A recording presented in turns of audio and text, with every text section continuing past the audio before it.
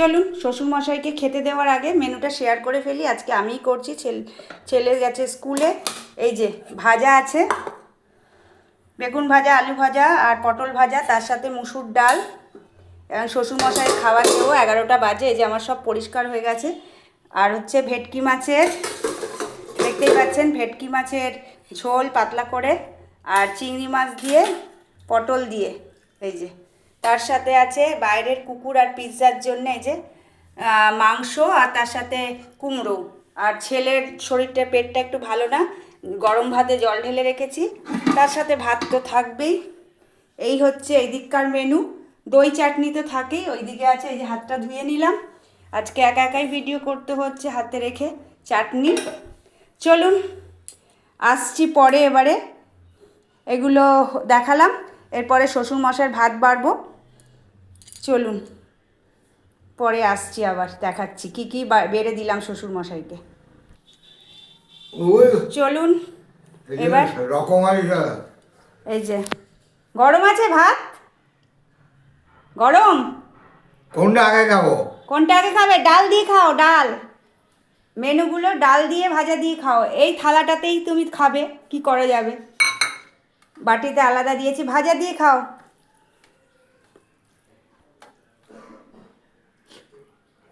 ভাত গরম, মানে একদম গরম গরম ভাত খান উনি, ঠান্ডা ভাত খেতে পারেন না।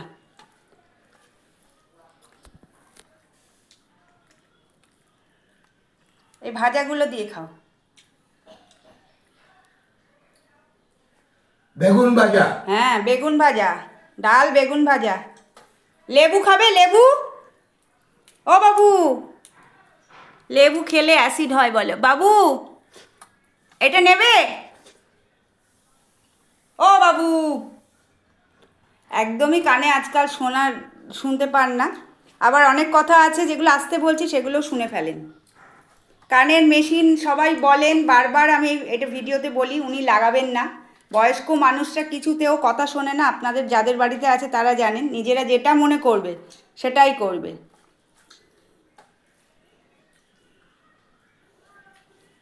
আজকে পটল চিংড়ি, ভেটকি মাছের ঝোল, চাটনি, দই থাকেই, ভাজা আর ডাল, বিশেষ কিছু করা হয়নি। এই হচ্ছে মেনু দুপুরের।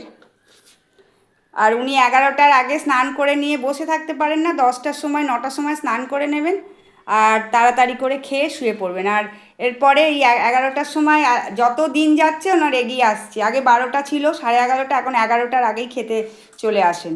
ভুলে যান তো সব কিছু। এই হচ্ছে ওনার ব্যাপার। কালকে কিছুতেই খেতে আসবে না, আপনাদের সাথে শেয়ার করেছি, বলছে খাওয়া হয়ে গেছে। রাত্রেবেলা, সন্ধেবেলা দুবার খেয়ে নিয়েছেন। আমার একবার আগে খেয়ে নিয়ে শুয়ে পড়েছেন।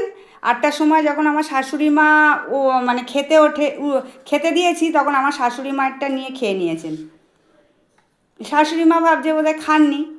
তারপরে আমার শাশুড়ি মা 10টার সময় আমায় বলছে, আমরা তো খেয়ে নিয়েছি, 10টার সময় আমি বলছি, কী রে আমায় খেতে দিলি না? আমি বললাম, কেন, তোমাকে তো খেতে দিয়ে এসলাম, তুমি তো সিরিয়াল দেখছিলে। বলছে, আমি তো ভাবলাম ওটা তোর বাবু তো নিয়ে নিল আমার কাছ থেকে। বললাম, বাবু তো একবার খেয়ে শুয়ে পড়েছে, 6:30টায় খায় বাবু। আবার ঘুম থেকে উঠে বলে আমার থেকে চাইলে আমি দিয়ে দিয়েছি। যাকগে, আর কী করা যাবে, বয়স্ক মানুষ, এই মনে থাকে না। আর আমার শাশুড়ি মাও দিয়ে দিয়েছে, ভাবছে বাবুর খাবার, নিজে খায়নি। আমরা তো খেয়ে দিয়ে নিয়েছি, আর নিজে, আমার শাশুড়ি মা মনে মনে ভাবছে সবাই খেয়ে নিল, আমাকে তো খেতে দিল না। আমাকে এসে তখন বলছে এত খারাপ লাগছে কি বলবো। আমি বললাম, তোমাকে না দিয়ে আমরা কখনো খেতে পারি, তোমাদের না দিয়ে? এই হচ্ছে ব্যাপার, বয়স্ক মানুষ থাকলে না। আবার আমি রাত্রেবেলা, আমরা তো রুটি খেয়ে নিয়েছি, আমাদের তো গোনা রুটি করা হয়, আবার আটা মেখে রুটি করলাম, তারপর মাকে খেতে দিলাম। কি করব, মানুষটা না খেয়ে শোবে? বলেছিল আমি মুড়ি খেয়ে শুয়ে পড়ি। কেন মুড়ি খাবে? এই দুটো রুটি করতে আর কত সময় লাগবে আটা মেখে? আবার রুটি করে দিলাম। এই হচ্ছে বয়স্ক মানুষদের অবস্থা। সবাই একদিন এই জায়গায় যাব, আমাদেরও এইরকমই হবে হয়তো। যাকগে, শুভ দুপুর।